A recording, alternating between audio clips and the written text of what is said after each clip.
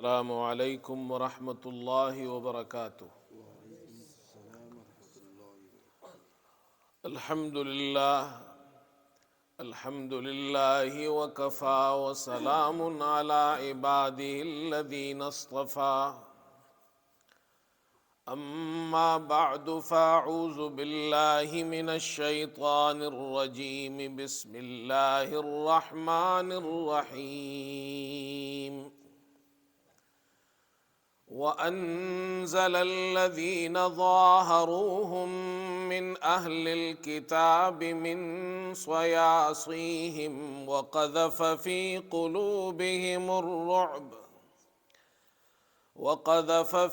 قُلُوبِهِمُ الرُّعْبَ فَرِيقًا تَقْتُلُونَ وَتَأْسِرُونَ فَرِيقًا، وَأَوْرَثَكُمْ أَرْضَهُمْ وَدِيَارَهُمْ وَأَمْوَالَهُمْ وَأَرْضًا لَّمْ تَطَئُوهَا، وَكَانَ اللَّهُ عَلَى كُلِّ شَيْءٍ قَدِيرًا۔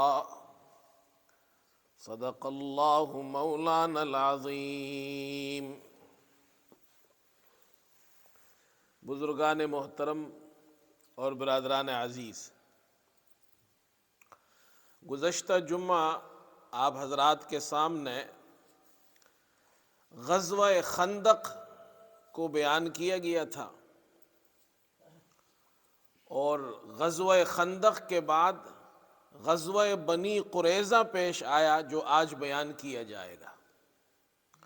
اللہ تعالیٰ نے ان دونوں غزوات، غزوہ خندق اور غزوہ بنی قریظہ کو سورہ احزاب میں ذکر کیا ہے۔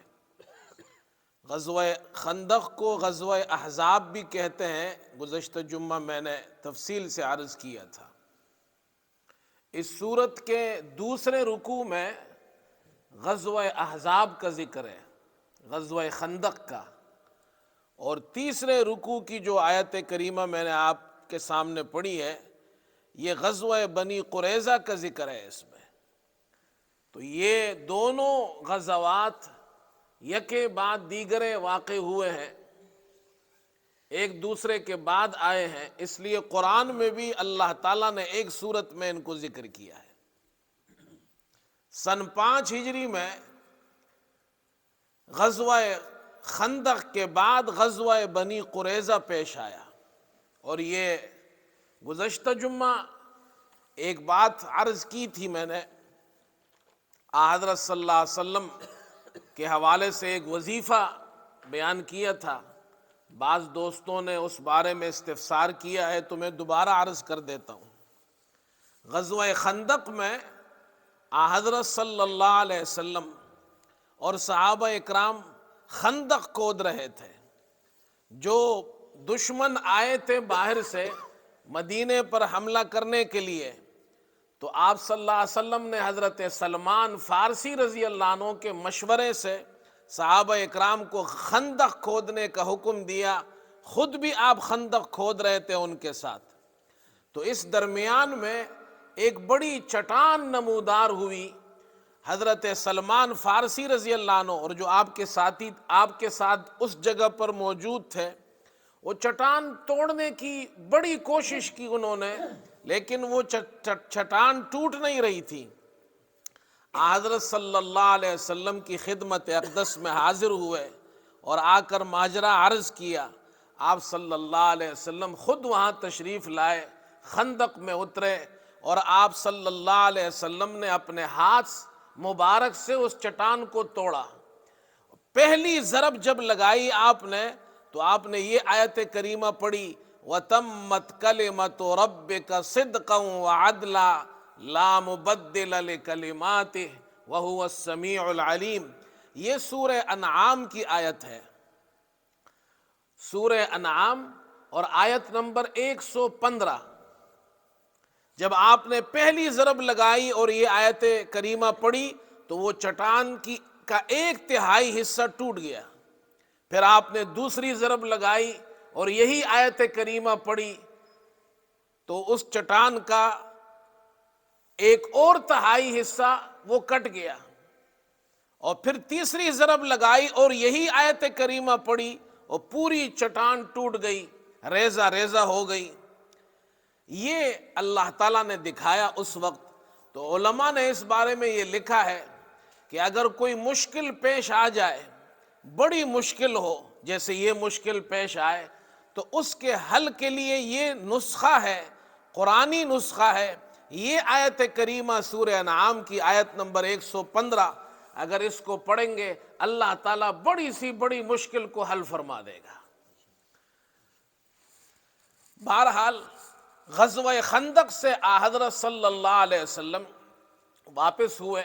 صبح کے وقت آپ مدینہ منورہ پہنچے صحابہ اکرام کے ساتھ، اور آپ صلی اللہ علیہ وسلم نے اور صحابہ اکرام نے اپنے ہتھیار اتار دیے۔ اتنے میں حضرت جبرائیل علیہ السلام تشریف لائے، اور حضرت جبرائیل علیہ السلام نے آ کر فرمایا، اے اللہ کے رسول، آپ نے اپنے ہتھیار اتار لیے؟ آپ نے فرمایا ہاں۔ کہا ہم نے یعنی فرشتوں نے تو ابھی تک ہتھیار نہیں اتارے ہیں، اور ہم اس وقت بنو قریظہ جا رہے ہیں، اللہ کا حکم ہے کہ آپ بھی اور صحابہ اور مسلمان بھی بنو قریظہ پر حملہ کریں۔ یہ بنو قریظہ مدینے میں یہ قبیلہ رہتا تھا، یہود کا قبیلہ تھا۔ حضرت صلی اللہ علیہ وسلم سے ان کا معاہدہ ہو گیا تھا، لیکن غزوہ خندق میں جب مکے کے مشرکین اور دوسرے قبائل کے لوگوں نے مل کر مدینے پر حملہ کیا، تو اس وقت بنو قریظہ نے مسلمانوں سے کیا ہوا معاہدہ توڑ کر ان کے دشمنوں کے ساتھ، مشرکین اور کفار کے ساتھ شامل ہو گئے۔ جب غزوہ خندق میں ان کو ناکامی ہوئی تو اس کے بعد اللہ تعالیٰ نے حکم دیا کہ اب بنو قریظہ پر حملہ کرو۔ یہ بنو قریظہ، اس کو غزوہ بنو قریظہ کہتے ہیں۔ حضرت صلی اللہ علیہ وسلم نے صحابہ اکرام کو حکم دیا کہ بنو قریظہ کے طرف چل پڑو، صحابہ کو بھیجا وہاں، اور آپ نے ایک جملہ ارشاد فرمایا۔ وہ جملہ یہ ارشاد فرمایا، لا یصلین احد العصر الا فی بنی قریظہ، تم میں سے ہر شخص عصر کی نماز بنو قریظہ میں پڑھے۔ عصر کی نماز بنو قریظہ پہنچ کر پڑھنی ہے، یہ جملہ ارشاد فرمایا۔ صحابہ اکرام وہاں سے روانہ ہوئے، ابھی بنو قریظہ پہنچے نہیں تھے، درمیان میں عصر کا وقت آ گیا، تو صحابہ اکرام میں اختلاف ہو گیا۔ بعض صحابہ نے کہا کہ ہم تو بنو قریظہ پہنچ کر عصر کی نماز پڑھیں گے چاہے قضا ہو جائے، اس لیے کہ حضور صلی اللہ علیہ وسلم نے ہمیں حکم دیا ہے کہ عصر کی نماز بنو قریظہ میں پڑھنی ہے۔ بعض دیگر صحابہ نے کہا کہ جی ہم تو عصر کی نماز یہاں پڑھیں گے، اس لیے کہ حضرت صلی اللہ علیہ وسلم کا مقصد یہ نہیں تھا کہ تم عصر کی نماز قضا کرو، بلکہ مقصد یہ تھا کہ جلدی پہنچاؤ اور بنو قریظہ عصر سے پہلے پہنچ کر وہاں عصر کی نماز پڑھو۔ تو انہوں نے درمیان میں نماز پڑھ لی بنو قریظہ پہنچنے سے پہلے، اور دوسرے گروپ نے بنو قریظہ پہنچ کر نماز پڑھی۔ بعد میں حضرت صلی اللہ علیہ وسلم کی خدمت اقدس میں حاضر ہوئے اور یہ بیان کیا کہ ہم نے اس طرح کیا ہے۔ آپ صلی اللہ علیہ وسلم نے کسی پر بھی ناراضی کا اظہار نہیں فرمایا، یعنی دونوں جو جماعتوں نے جو کچھ کیا ہے وہ ٹھیک ہے۔ اب یہاں ایک مسئلہ سمجھ لیجئے، آپ بعض مرتبہ کچھ لوگ پوچھتے ہیں کہ جی یہ ائمہ میں، فقہاء اکرام میں، یہ جو چار مذہب ہے، امام ابو حنیفہ، امام شافعی، امام مالک، امام احمد، ان کے اندر اختلاف کیوں ہے فروعی مسائل میں؟ یہ تو اختلاف نہیں ہونا چاہیے، مسلمانوں میں ان مسائل میں اختلاف ہونا اچھی بات نہیں ہے، یہ اعتراضات کرتے ہیں لوگ۔ دیکھیے حضرت صلی اللہ علیہ وسلم کی حدیث ہے، آپ کی موجودگی میں صحابہ اکرام کا اس حدیث کے اندر اختلاف ہو گیا۔ ایک صحابہ کی ایک جماعت ایک طرح عمل کر رہی ہے، دوسری جماعت دوسری طرح عمل کر رہی ہے۔ امام ابن قیم رحمۃ اللہ علیہ وہ فرماتے ہیں یہ دو جماعتیں ہیں، دونوں کو اجر ملا، اس لیے کہ دونوں کی نیتیں ٹھیک ہے، دونوں حدیث پر عمل کر رہے ہیں. جس جماعت نے بنو قریظہ پہنچ کر نماز پڑھی، عصر کی نماز کا وقت ہو گیا، نماز نہیں پڑھی، وہاں پہنچ کر پڑھی، ان کی نیت بھی ٹھیک تھی، حضرت صلی اللہ علیہ وسلم کی حدیث پر ظاہری الفاظ پر عمل کیا، ان کو فضیلت حاصل ہو گئی. لیکن وہ جماعت جنہوں نے عصر کی نماز قضا نہیں کی، اجتہاد کیا انہوں نے، اور کہا کہ حضور صلی اللہ علیہ وسلم کی حدیث کا مطلب یہ ہے کہ تم جلدی وہاں پہنچو، یہ مطلب نہیں کہ نماز قضا کرو. ان کو دو فضیلتیں حاصل ہوئی. حضرت صلی اللہ علیہ وسلم کی حدیث کے اندر اجتہاد کرنے کی فضیلت بھی حاصل ہوئی، اور عصر کی نماز کو وقت پر پڑھنے کی بھی فضیلت حاصل ہوئی. تو یہ فروعی مسائل میں اختلاف اس وجہ سے ہوتا ہے. ایک امام کہتے ہیں حدیث کا مطلب یہ ہے، دوسرے امام کہتے ہیں حدیث کا مطلب یہ ہے. اس کو اجتہاد کہتے ہیں. یہ اسلام کے اندر قابل قبول ہے. صحابہ اکرام نے مسائل کے اندر اجتہادات کیے ہیں.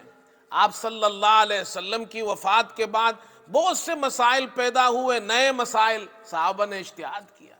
بعض مرتبہ ایسا ہوتا ہے حدیثیں دو قسم کی ہوتی ہے، ایک امام ایک حدیث کو ترجیح دیتا ہے، دوسرا دوسری حدیث کو ترجیح دیتا ہے. ایک کہتے ہیں یہ افضل ہے، دوسرے کہتے ہیں یہ افضل ہے. رفع یدین کے اندر دونوں قسم کی حدیثیں موجود ہیں. آمین زور سے پڑھنی ہے، آہستہ پڑھنی ہے، دونوں قسم کی حدیثیں موجود ہیں.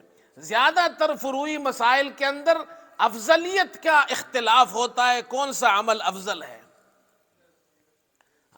تو یہ اختلاف فروعی مسائل میں ہونا بری چیز نہیں، اچھی چیز ہے. ایک عالم دین نے بڑی اچھی بات کہی، فرمایا حضرت صلی اللہ علیہ وسلم نے مختلف اوقات میں، مختلف حالات میں مختلف عمل کیے. آپ سے یہ عمل بھی ثابت ہے، یہ بھی ثابت ہے، یہ بھی ثابت ہے. ایک امام نے ایک عمل لے لیا، دوسرے امام نے دوسرا عمل لے لیا. اللہ تعالیٰ نے ایسا انتظام فرمایا ہے، دنیا کے کچھ لوگ رفع یدین کرتے ہیں، کچھ نہیں کرتے، کچھ آمین زور سے پڑھتے ہیں، کچھ آہستہ پڑھتے ہیں. یہ سب حدیثوں سے ثابت ہے. اللہ نے حضور صلی اللہ علیہ وسلم کے ہر عمل کو دنیا میں زندہ رکھا ہے. تو یہ سمجھ لے کہ صحابہ میں بھی اختلاف ہوا. بہرحال حضرت صلی اللہ علیہ وسلم بھی وہاں پہنچے، صحابہ اکرام بھی بنی قریظہ پہنچے، اور بنو قریظہ نے اپنے آپ کو قلعے میں بند کر لیا. آپ صلی اللہ علیہ وسلم نے 25 دن ان کا محاصرہ کیا. ان لوگوں نے، جو ان کا سردار تھا، انہوں نے پیغام بھیجا اور یہ کہا کہ جی ابو لبابہ رضی اللہ تعالی عنہ، یہ ایک صحابی تھے، آپ ان کو بھیج دیجئے، ہم ان سے بات کرنا چاہتے ہیں.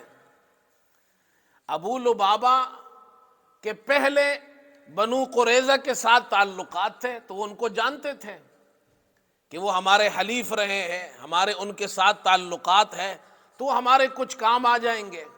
ابو لبابہ رضی اللہ تعالیٰ عنہ بنو قریظہ پہنچے. اب ان کو دیکھ کر وہاں جو بچے تھے، جو عورتیں تھے، جو لوگ تھے، وہ ان کو دیکھ کر جمع ہو گئے اور وہ رونے لگے. ابو لبابہ رضی اللہ عنہ کے دل میں بھی دل بھر آیا، ان کا نرمی پیدا ہوئی. تو ان کے سردار نے ابو لبابہ رضی اللہ عنہ سے کہا کہ اگر ہم حضور صلی اللہ علیہ وسلم کے فیصلے پر راضی ہو جائے کہ جو حکم وہ ہمارے بارے میں دے ہم اسے قبول کر لیں، تو کیا خیال ہے تمہارا؟ ہم قلعے سے باہر نکل آئیں گے، اللہ کے رسول صلی اللہ علیہ وسلم جو فیصلہ کریں. ابو لبابہ نے کہا بہتر ہے، اچھی بات ہے، لیکن ہاتھ سے اشارہ کیے، یوں اشارہ کیا کہ اللہ کے رسول صلی اللہ علیہ وسلم نے تمہاری گردن مارنے کا ارادہ کر لیا ہے. اس لیے کہ وہ تو دشمنوں سے مل گئے تھے، مدینے پر جو چڑھائی کرنے آئے تھے، معاہدہ توڑ دیا انہوں نے. جیسے ہی ابو لبابہ نے رضی اللہ عنہ نے یہ اشارہ کیا، ابھی وہاں سے وہ ہٹے نہیں تھے، ان کو فوراً یہ خیال پیدا ہوا میں نے تو اللہ اور رسول کے ساتھ خیانت کی ہے. کیوں کہا میں نے ان کو, اشارہ کیوں کیا ان کو؟ وہاں سے سیدھے آئے مسجد نبوی, اور مسجد نبوی کے ایک ستون سے اپنے آپ کو باندھ لیا اور کہا کہ جب تک اللہ میری توبہ قبول نہیں فرمائیں گے میں اس وقت تک اپنے آپ کو باندھے رکھوں گا. حضرت صلی اللہ علیہ وسلم کو اطلاع ہوئی, آپ نے فرمایا اگر وہ میرے پاس آتا تو میں اس کے لیے استغفار کرتا, اللہ اس کو معاف کر دیتا. ٹھیک ہے, بندہ رہنے دو اسے. ابو لبابہ رضی اللہ عنہ نے اپنے آپ کو باندھا ہوا ہے کہ مجھ سے یہ غلطی ہو گئی. دیکھو یاد رکھو, صحابی سے غلطی ہو سکتی ہے, صحابی سے گناہ ہو سکتا ہے, لیکن صحابی کی شان اتنی بڑی ہوتی ہے کہ اللہ تعالیٰ اس کو توبے کی توفیق عطا فرماتا ہے اور گناہ کو معاف کر دیتا ہے. یہ صحابی کی شان ہوتی ہے. اللہ تعالیٰ نے ان کی توبہ قبول فرمائی اور یہ آیت کریمہ نازل ہوئی, وآخرون اعترفوا بذنوبهم خلطوا عملا صالحا وآخر سيئا عسى الله ان يتوب عليهم ان الله كان غفورا رحيما. بعض مفسرین کہتے ہیں یہ غزوہ تبوک کے موقع پر نازل ہوئی. ایک کچھ صحابہ تھے جو غزوہ تبوک میں انہوں نے حصہ نہیں لیا, بعد میں انہوں نے کوئی ہیلا بہانہ نہیں کیا اور انہوں نے اپنے آپ کو مسجد نبوی کے ستونوں سے باندھ لیا. اللہ تعالیٰ نے ان کی توبہ قبول کی. بعض مفسرین کہتے ہیں نہیں, یہ ابو لبابہ رضی اللہ عنہ یہ غزوہ بنو قریظہ کے موقع پر انہوں نے جو اشارہ کیا تھا اور پھر اپنے آپ کو مسجد نبوی کے ستون سے باندھ دیا تھا, اس موقع پر نازل ہوئی. اللہ نے ان کی توبہ قبول فرمائی. حضرت صلی اللہ علیہ وسلم ام سلمہ رضی اللہ عنہا کے پاس تھے اور رات کو یہ آیت نازل ہوئی, توبہ قبول ہوئی. صحابہ گئے, ان کو بشارت دی, کھولنے کا ارادہ کیا, فرمایا نہیں جب تک اللہ کے رسول صلی اللہ علیہ وسلم خود آ کر مجھے اپنے ہاتھوں سے نہیں کھولیں گے مجھے اور کوئی نہیں کھولے گا. آپ فجر میں تشریف لائے, ان کو اپنے ہاتھ سے کھولا. اب ایک بات یہاں سمجھے بھائی, ایک صحابی رسول ہے, عاشق رسول ہے, ابو لبابہ رضی اللہ تعالیٰ عنہ, وہ اپنے آپ کو ستون سے باندھ رہے ہیں اور صرف نمازوں کے لیے اپنے آپ کو کھولتے ہیں, وضو کے لیے, قضاء حاجت کے لیے. آپ صلی اللہ علیہ وسلم نے ان کو اس عمل سے نہیں روکا. صوفیہ, بعض لوگ صوفیہ کے جناب بڑے دشمن بن گئے آج کل کے زمانے میں. بھائی جو اچھے لوگ ہیں, اچھے اولیاء ہیں, صوفیہ ہیں, ان کو ہم مانتے ہیں. ان کی اصطلاح میں اس کو حال کہتے ہیں.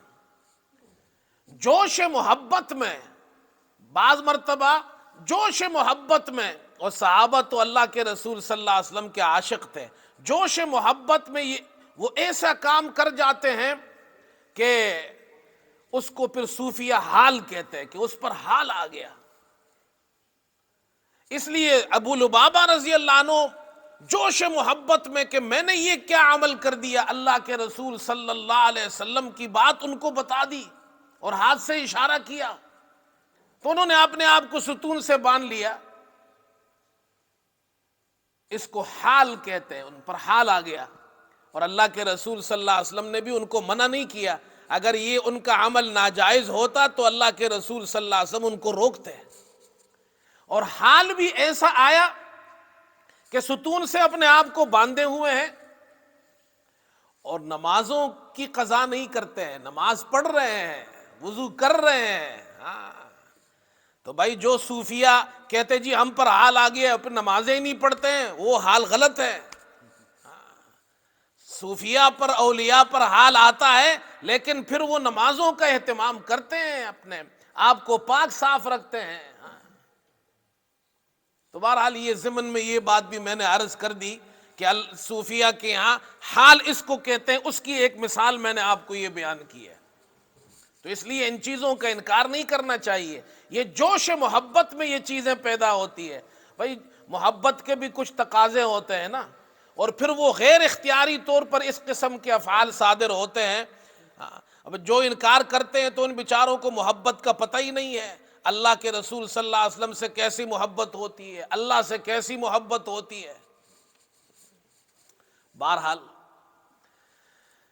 مورخین نے ایک بات اور بھی لکھی ہے، اور وہ بات یہ لکھی ہے کہ بنو قریظہ کا جو سردار تھا اس نے اپنی قوم کو جمع کیا اور ان سے کہا کہ میں 3 باتیں پیش کرتا ہوں۔ پہلی بات تو یہ ہے کہ محمد صلی اللہ علیہ وسلم یہ اللہ کے سچے نبی ہے۔ دیکھو وہ جانتے تھے، اور جو ہماری کتابوں میں لکھا ہے ان کے نشانات، یہ اللہ کے سچے نبی ہے، ان پر ایمان لے آؤ، ہم سب ان کی اتباع کرتے ہیں، ہم سب بچ جائیں گے، ہمارے بیوی بچے سب بچ جائیں گے۔ انہوں نے کہا جی ہم یہ بات تو آپ کی نہیں مانتے۔ حسد ایسی چیز ہے نا، حسد کی وجہ سے ایمان نہیں لائے، جانتے تھے ان کی کتابوں میں لکھا ہوا ہے۔ اچھا پھر دوسری بات، اگر یہ نہیں مانتے تو دوسری بات مان لو، ایسا کرو اپنے بچوں کو اپنی بیویوں کو اپنے ہاتھ سے قتل کر دو، اور پھر ہم سب نکل کر حملہ کر دیتے ہیں مسلمانوں پر، جو ہوگا دیکھا جائے گا، بچ گئے تو اور شادی کر لیں گے، نہیں بچ گئے تو کم از کم بیوی بچوں کا خیال تو نہیں ہوگا۔ انہوں نے کہا جی ہم یہ بھی نہیں کرتے، ہم اپنے بچوں کو اپنی بیویوں کو اپنے ہاتھ سے کیوں مارے۔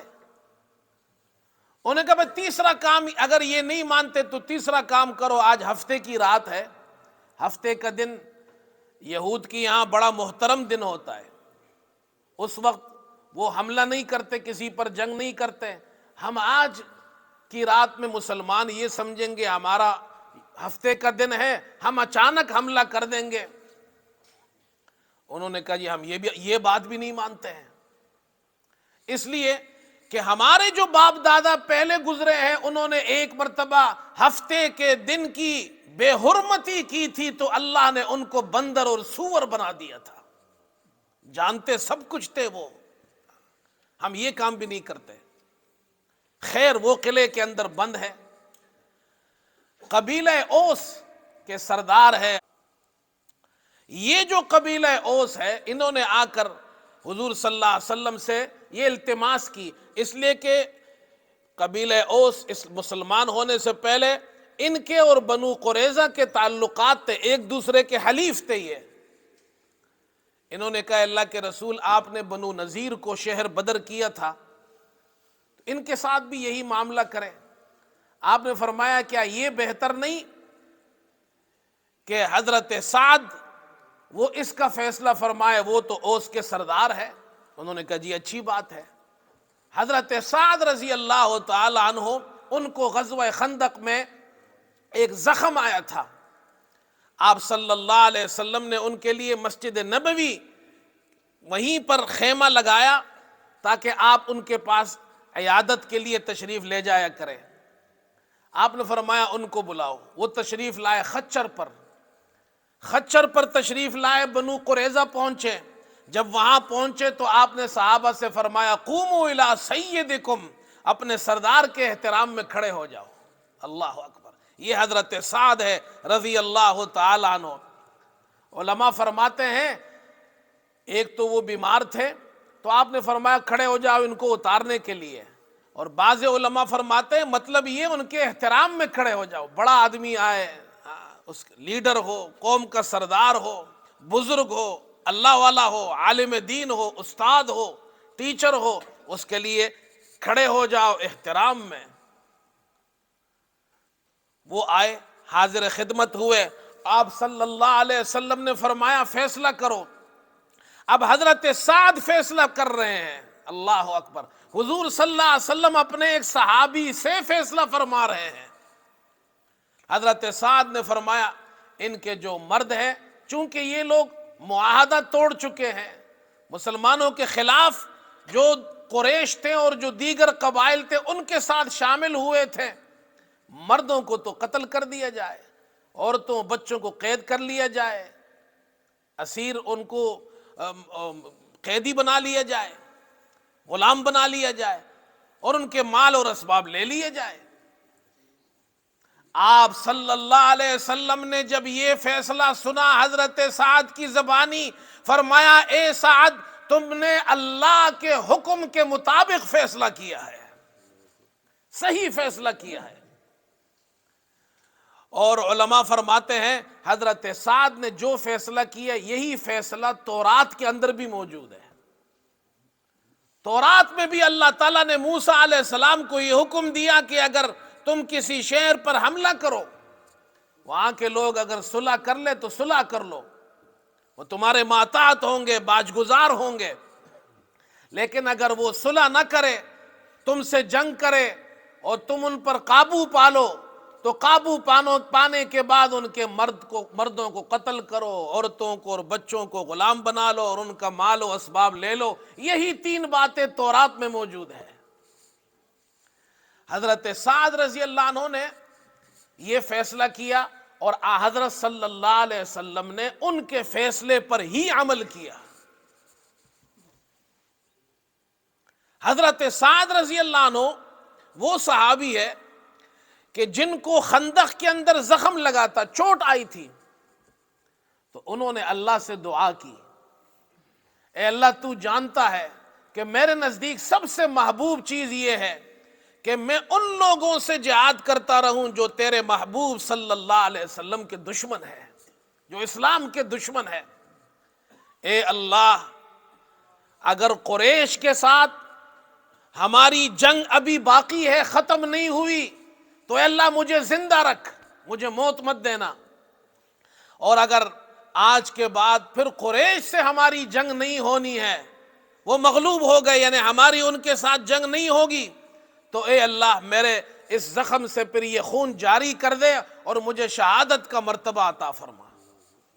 کہتے ہیں جیسے یہ دعا انہوں نے مانگی، ان کے زخم سے خون روانہ ہوا، اسی وقت انتقال ہو گیا۔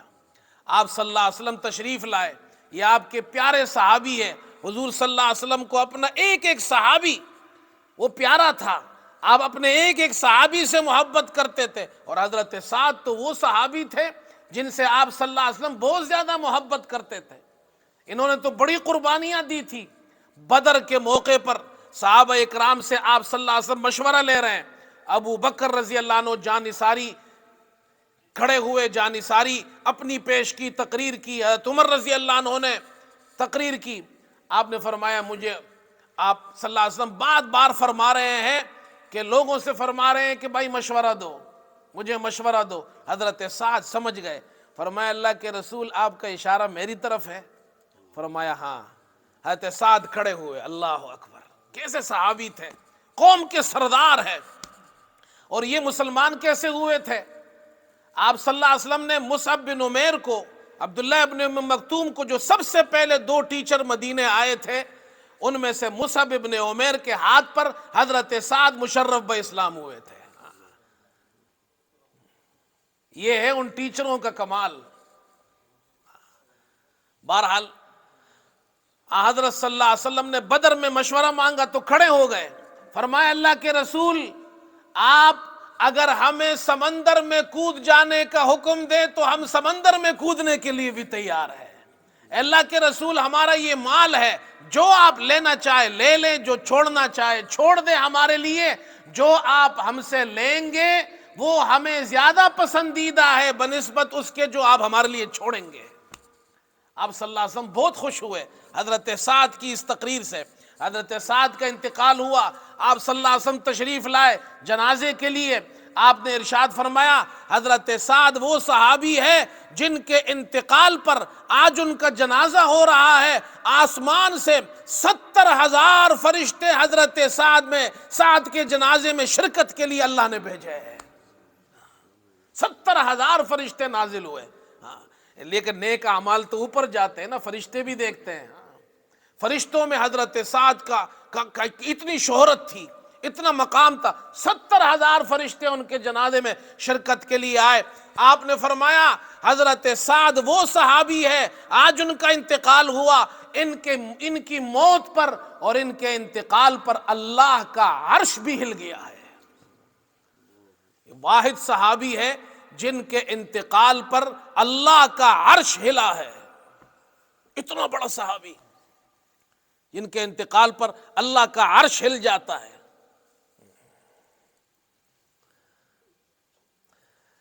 ایک انصاری نے جب یہ مقام آپ صلی اللہ علیہ وسلم نے بیان کیا تو انہوں نے پھر کو فخر تھا کہ ہمارے سردار کا یہ مقام ہے، تو یہ شعر پڑھا، فرمایا کہ وَمَا اهْتَزَّ عَرْشُ اللَّهِ من موت هالك وما اهتز عرش الله من موت هالك سمعنا به إلا لسعد أبي عمرو. اللہ اکبر، کیا لوگ تھے وہ! حضرت سعد وہ صحابی ہے، وہ صحابی یہ شعر پڑھ رہے ہیں ان کے انتقال پر، کہ جن کے انتقال پر عرش ہلا ہے. فرماتے ہیں وَمَا اهْتَزَّ عَرْشُ اللَّهِ مِن مَّوْتِ هَالِكٍ سَمِعْنَا بِهِ إِلَّا لِسَعْدٍ أَبِي عَمْرِي.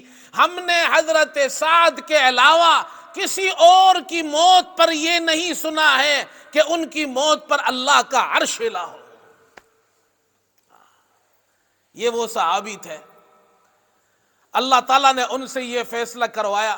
بنی قریظہ کے ساتھ یہ معاملہ ہوا، اللہ نے مسلمانوں کو فتوحات عطا فرمائی. بہرحال سن 5 ہجری کو غزوہ خندق کے بعد غزوہ بنی قریظہ پیش آیا.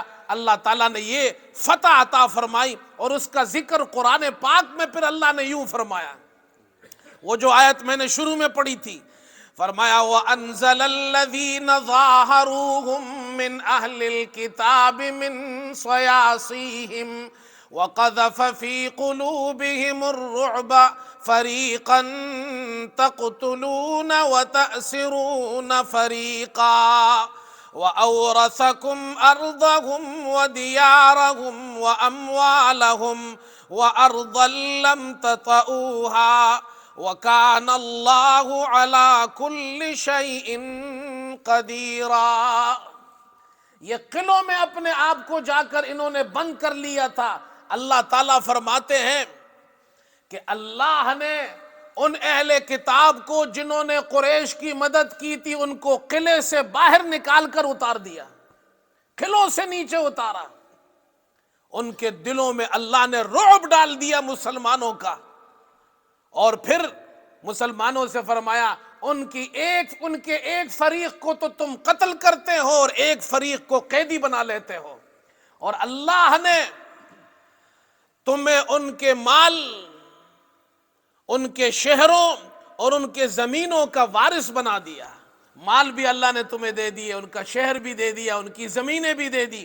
وَأَرْضًا لَّمْ تَطَئُوهَا، اور ایسی زمینیں بھی اللہ نے تمہیں ان کی دے دی جن پہ تم نے قدم نہیں رکھا تھا. وَكَانَ اللَّهُ عَلَى كُلِّ شَيْءٍ قَدِيرًا. اللہ ہر چیز پر قادر ہے کہ اللہ ان کو قلعوں سے نکال کر تمہارے قدموں میں پہنچا دے. اللہ اس پر قادر ہے تمہارے دشمنوں کو مغلوب کر دے. یہ غزوہ بنو قریظہ جس کا ذکر قرآن میں اللہ تعالیٰ نے یوں فرمایا ہے. اللہ تعالیٰ ہم سب کو عمل کی توفیق عطا فرمائے، اور سیرت طیبہ کو سمجھنے کی اور اس کو پڑھنے کی بھی اللہ تعالیٰ ہمیں توفیق نصیب فرمائے، تاکہ ہمیں یہ معلوم ہو حضرت صلی اللہ علیہ وسلم کی حیات مبارکہ کیا تھی اور آپ کے صحابہ نے کیا قربانیاں پیش کی ہے. وآخر دعوانا الحمدللہ رب العالمین.